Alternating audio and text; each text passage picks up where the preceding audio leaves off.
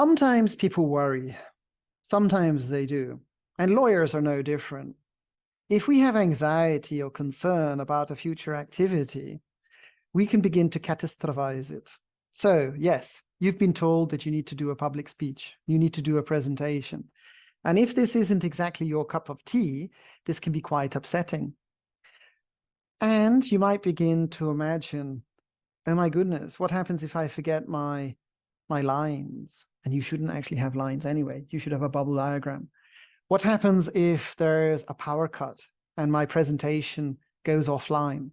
Well, you shouldn't have a presentation. It's better just to have your speaking based on you. You can begin to imagine worst case scenarios, and you can get yourself so terribly worked up and upset. Don't do that. Grasp the bull by the horns. You can look at the infinite possibility tree of how things might turn out. What happens if this problem occurs? How will you deal with it? And then you prepare to deal with it.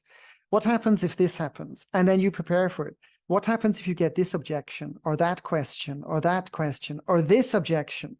So rather than imagine and catastrophize a possibility tree of negative scenarios into the future where you are a passive victim, you can begin to project a possibility tree of different scenarios and be ready to preempt them, to be ready and prepared for them. And this will give you some security and some confidence, because quite likely, when it comes to the day, not everything is going to go wrong. Some things might, but you're ready for it. And quite likely, the audience wants you to succeed. It's not that common that you have a hostile audience that hates you and wants you to fail. People want you to succeed. They want you to be interesting. They want it to be fun, entertaining, at least to learn something. So probably the audience is on your side.